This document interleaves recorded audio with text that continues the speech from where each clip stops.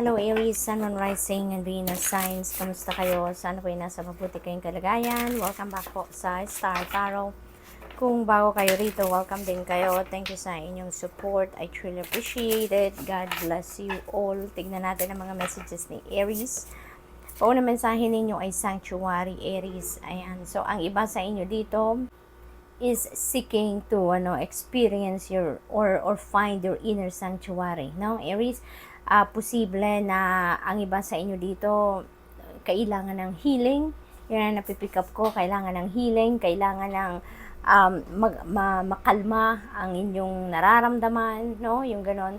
Kasi parang kayo, yung ang napipick up kong energy dito for some of you Aries, parang may emotional turmoil ang iba sa inyo na pinagdadaanan. Maaaring pressured kayo regarding something sa buhay ninyo, kaya parang medyo parang may kaba, yung parang hindi kayo mapakali, yung ganon. Kaya you are seeking for your inner sanctuary dito, Aries. So, go for it, Aries. You may need to do some kind of reflection dito. You may need to do put yourself into stillness para makalma kayo, no, na kayo lang yung mag-step ba kayo ng kahit saglit lang muna sa kung anong pinagkakabisihan ninyo, sa kung ano ang inyong ginagawa, no. Atras muna kayo ng konti dyan and focus on yourself, focus on your feelings, feel your feelings kung kinakailangan, di ba? Para nang sa ngayon ma-figure out ninyo ano nga ba yung gusto ninyo sa ngayon, ano nga ba yung kailangan ninyong i-adjust sa sarili ninyo, ano ang dapat alisin, di ba? Yung mga ganun ba. What else for Aries? We have joy. Ayan. So, dito naman, Aries, for others of you, mababalot kayo dito ng joy, ng saya, ng malalim na saya. Hindi lang ito yung happiness talaga, no? But this is malalim na happiness, which is joy.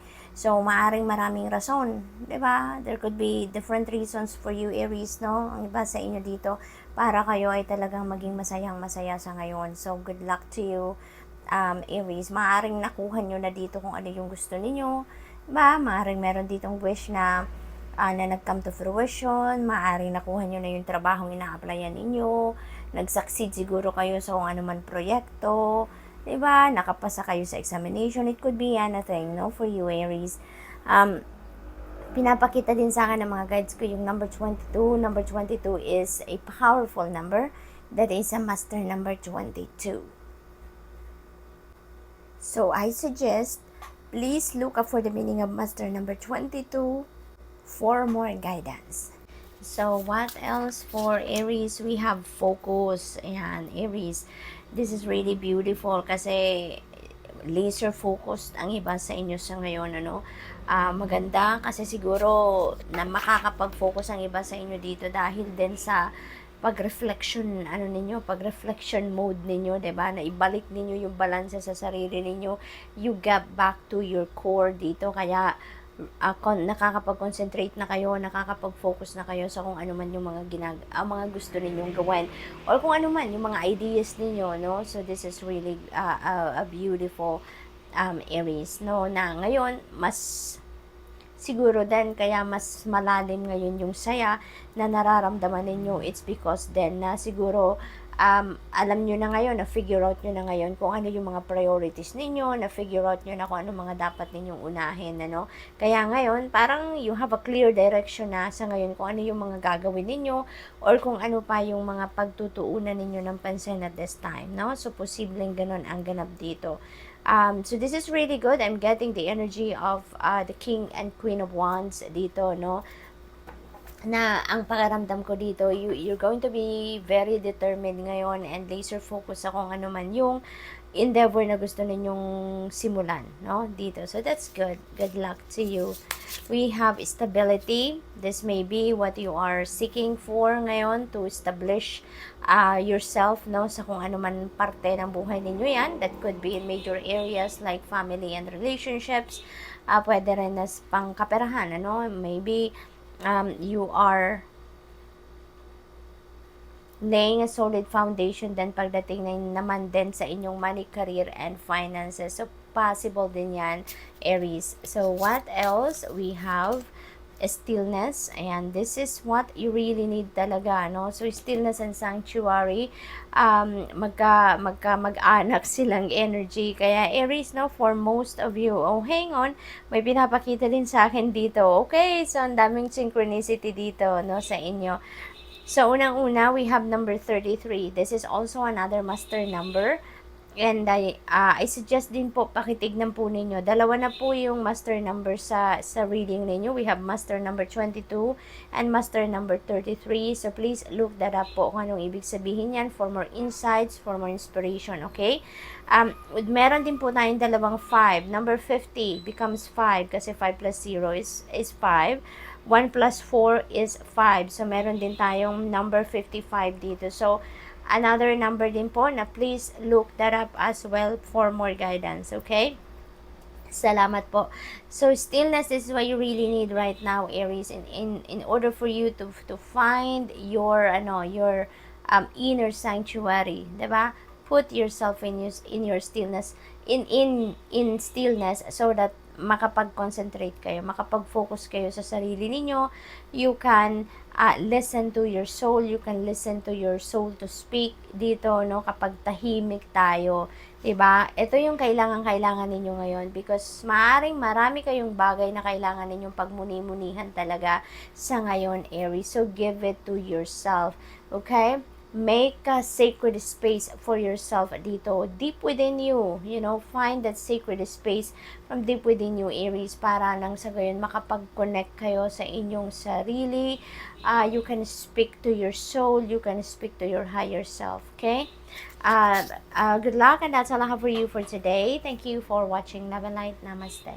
Hello, Leo, Sun, Moon, Rising, and Venus signs. Kamusta kayo? Sana po ay nasa mabuti kayong kalagayan. Welcome back po sa Star Tarot. Kung bago kayo dito, welcome din kayo. Thank you sa inyong support. I truly appreciate it. God bless you all.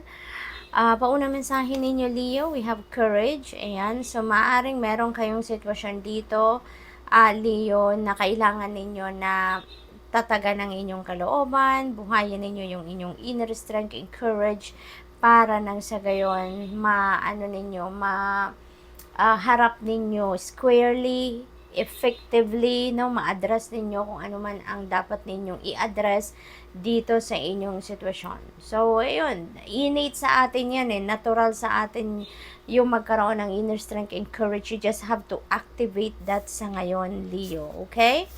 What else? We have happiness. Napakaganda. Magiging masayang-masaya kayo sa ngayon.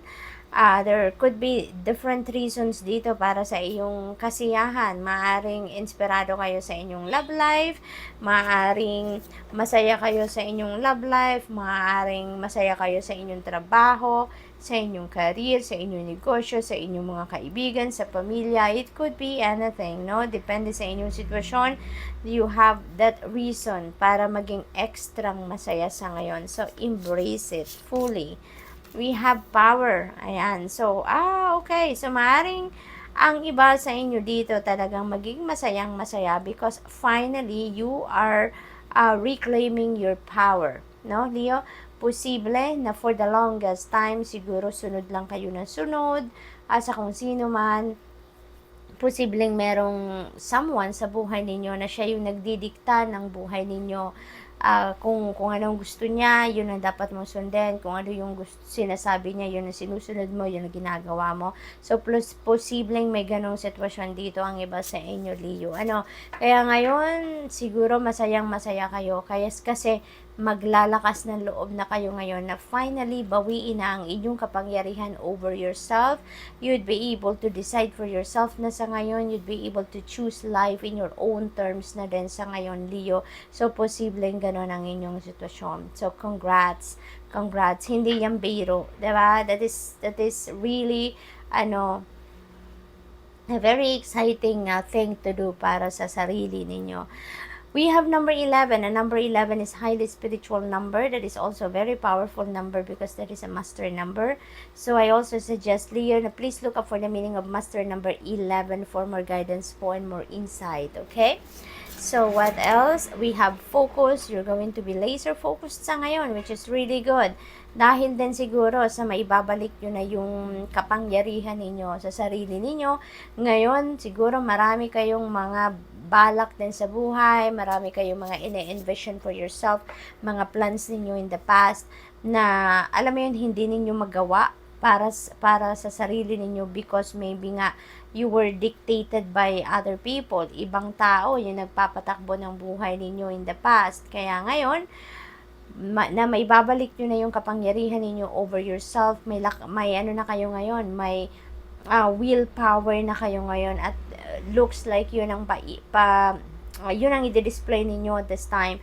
Kaya ano kayo ngayon, focus kayo ngayon sa pag-achieve or sa pag-navigate ng kung ano man ang journey na to patungo doon sa pagtupad ng inyong mga pangarap or achieve ninyo or pag-accomplish ninyo sa inyong mga goals. Ano, Leo? So, what else? We have letting go. Ayan. So, this could be something na hindi na nagsiserve ng inyong highest good na ilalet go ninyo dito. Katulad na lamang, no, ng inyong pagsunod, no? Yung pag-allow ninyo sa ibang tao to run your life.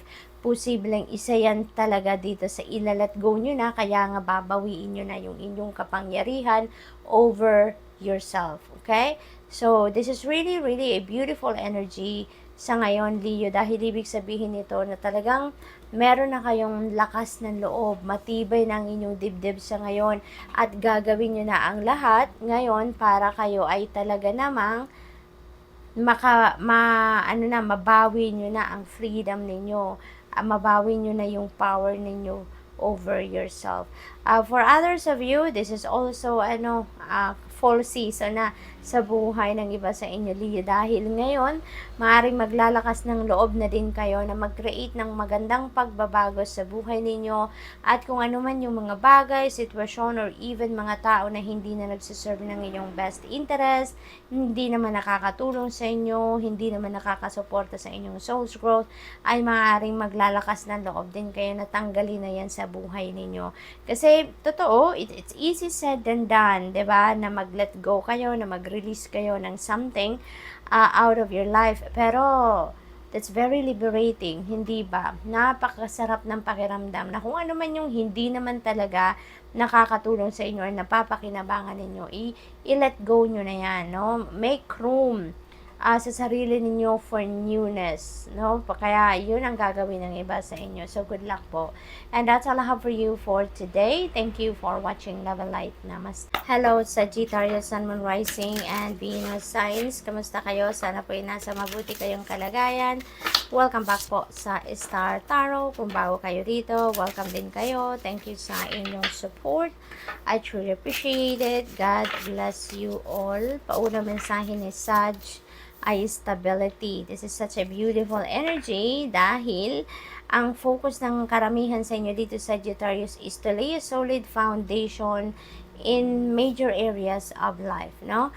Posible na ang focus ng iba sa inyo dito is to lay a solid foundation in your money, career, and finances, at saka family and relationship. So, this is really good kasi yun ang pagtutuunan ninyo ng pansin and maybe yan ang mga areas na buhay ninyo na medyo na-neglect siguro ninyo nung mga nakaraang panahon. Kaya ngayon, you're back on track, 'di ba?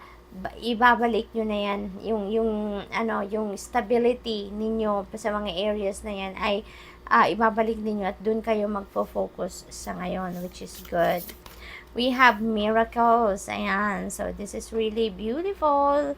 This is such a huge blessing na parating sa inyo. May mga miraculous moments, miraculous events that is going to unfold sa buhay ninyo sa ngayon, there could be unlimited potential out there. There could be unlimited opportunities and possibilities then that might come your way. Depende sa inyong sitwasyon, but this is miraculous events sa buhay ninyo. Maaaring answered prayers din ito na parating sa inyo, Sagittarius, no? Kayo lang ang tanging nakakaalam niyan pag dumating na ang miracle na yan. So, we have stillness. Ayan, ang iba sa inyo dito may need to reflect on something, no? Maaaring may mga kailangan kayong pagmuni-munihan, may mga sitwasyon sa buhay ninyo na siguro hindi kayo sigurado sa mga gagawin ninyo, or maybe hindi ninyo sure kung ano yung makakabuting gawin sa inyong sitwasyon, kaya kailangan ninyong magmuni-muni. You really need to focus on thinking about what can you do, 'di ba? Sa inyong mga sitwasyon sa ngayon. That could be in any area of life din na kailangan ninyong pagmuni-munihan. That could be linked to your relationships, it could be linked to money, career, finances, opportunities, depende sa inyong sitwasyon. Maaari din na kailangan ninyo ito para na makapag-recalibrate kayo ng inyong sarili, makapag-recharge, refill ng inyong cup. Kaya kailangan din ninyo na mag-step back muna ng kahit saglit lang doon sa kung ano man ang inyong pinagkakaabalahan. Ano? So, parang kailangan ninyo dito mag-reset ng sarili ninyo. Kaya iniimbitahan din kayo na mag-stillness kayo. We have master number 33 din dito, no? Pinapakita sa akin ng guides ko. So, I suggest po, please look up for the meaning of master number 33 for more guidance po and more insights. Okay? Thank you. So, we have activation. Ayan, spring season sa buhay ninyo. Sagittarius, panahon ngayon ng pagtatanim ng seeds. So, maybe, link pa rin ito dito sa stability energy. Kung ano yung gusto ninyong makita sa inyong 3D reality, now is the time that you're going to start planting the seeds. 'Di ba? Kasi kung ano yung gusto ninyong tawag dito, kung anong gusto ninyong ma-harvest na bunga, 'di ba? Doon kayo magbabase kung anong klaseng seeds ang itatanim ninyo sa ngayon. And now is the time for you to plant the seeds. Kasi parang the soil is fertile sa ngayon para sa iyo, Sagittarius. Kaya this is really a beautiful energy. So, maaari talaga na may mga potential out there, ano? Na maglalapitan sa inyo, kaya kayo magkakaroon din ng pagkakataon para mag-isip, ano nga ba ang gusto kong gawin sa ngayon? Ano nga ba yung gusto kong ma-achieve? Ano nga ba ang gusto kong ma-witness sa buhay ko in like 5 years or 10 years, no? Yung mga ganon. And you are going to start planting the seeds now. You're going to start doing the practical steps, no, na necessary para makarating kayo sa kung ano man yung ine-envision ninyong maging resulta. So, what else? We have patience. Yeah, sometimes you need patience just now, no, like now. May mga bagay kasi na hindi natin kontrolado, hindi ba? Kaya minsan kailangan lang natin na mag-surrender sa natural love and flow of life. Kailangan natin na i-offer sa Panginoon lahat-lahat, no? Para nang sa gayon, siya na ang bahala to take care of it for us, hindi ba? And while we are doing that, we also need to be patient, hindi ba? Kasi hindi naman ibig sabihin na inaalay na natin sa divine universe ang lahat-lahat, wala na din tayong gagawin. We also need to be patient. We need to practice patience. And isa pa, kailangan natin na lagi tayong nakikinig sa ating intuition, okay? Para nang sa gayon marinig natin from our intuition kung ano na yung susunod nating gagawin. What are the next move that we need to do para nang sa gayon makalapit tayo doon sa kung ano man yung mga request natin sa divine, kung ano man yung mga gusto nating mangyari sa buhay natin. Because we are co-creating a reality with God, 'di ba? Hindi lang si God ang gagawa ng lahat para sa atin. We are the ones executing, 'di ba? Dito sa earthly realm. It's God who's directing us to do something. Tayong gumagawa dito. So, we are co-creating our reality, 'di ba, with God. Kaya napakahalaga na pinapakinggan natin ang divine guidance ng Panginoon na normally pumapasok through our intuition, hindi ba? Kaya, at this time, maaari ang iba sa inyo, nabuburyo na, ang iba sa inyo, maybe, napapagod na kakahintay, no, na mangyari ang mga gusto ninyong mangyari. Kaya, you are also being invited here to be more patient, okay? Because when the right timing comes, it will just happen. So, good luck, and that's all I have for you for today. Thank you for watching. Love and light. Namaste.